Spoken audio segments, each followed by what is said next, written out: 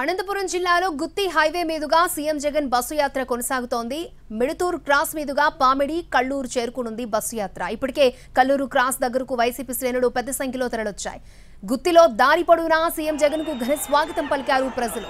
అందరికీ అభివాదం చేసుకుంటూ ముందుకు సాగుతున్నారు జగన్. మార్గ మధ్యంలో బస్సు దిగి ప్రజల దగ్గరకు వెళ్లి మాట్లాడుతున్నారు.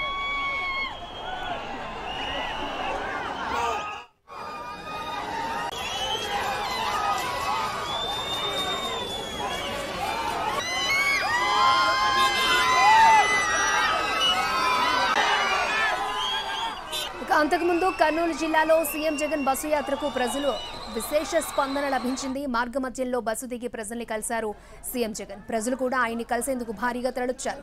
దివ్యాంగులు, వృద్ధులు కనిపిస్తే వారి దగ్గరకు వెళ్లి పలకరించారు జగన్. వారి కష్ట సుఖాలను స్వయంగా అడిగి తెలుసుకున్నారు. సంక్షేమ పథకాలు అందాయా లేదా అన్నది ఆరా తీశారు.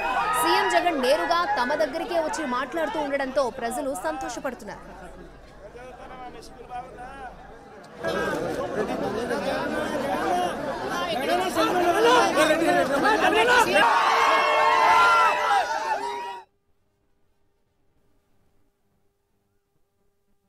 ఈ జరుగుతా ఉన్న ఈ మార్పులు కొనసాగడం చాలా అవసరం.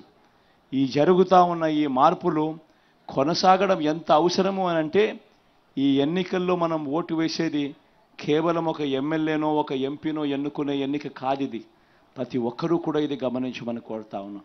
ఈ ఎన్నికల్లో మనం వేసే ఓటు జరుగుతూ ఉన్న ఈ మార్పును కొనసాగించడం కోసం వేస్తూ ఉన్నాం. ఈ మార్పులు ఇలానే కొనసాగుతేనే పేదవాడు తలరాతలు మారుతాయి, పేదవాడు బ్రతుకులు మారుతాయి అన్నది ప్రతి ఒక్కరూ కూడా ఆలోచన చేయమని కోరుతా ఉన్నాం. దేశంలోనే ఇలా 3,000 రూపాయలు పెన్షన్ ఇస్తా ఉన్న రాష్ట్రం దేశంలోనే ఇంకొకటి లేదు.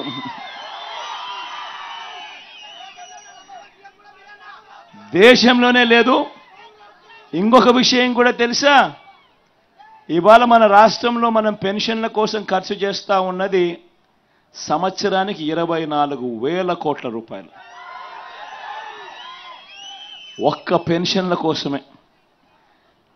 మన తర్వాత మిగతా రాష్ట్రాలు ఇదే అవ్వల కోసము, ఇదే తాతల కోసము ఏ మేరకు ప్రేమ చూపిస్తూ ఉన్నాయి, ఇదే అక్క చెల్లెమ్మల కోసం ఏ మేరకు ప్రేమ చూపిస్తూ ఉన్నాయి పెన్షన్ల విషయంగా అని చెప్పి చూస్తే, మనది 24,000 కోట్లు మనదుంటే, మన తర్వాత వేరే రాష్ట్రం ఏది ఉంది అని చెప్పి చూస్తే రెండో స్థానంలో తెలంగాణ ఉంది, కేవలం 12,000 కోట్లు.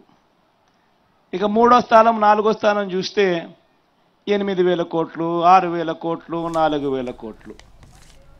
ఎక్కడైనా పెన్షన్ ఎంత అని చూస్తే 500, పక్కన కూడా ఒరిస్సాలో కూడా 500.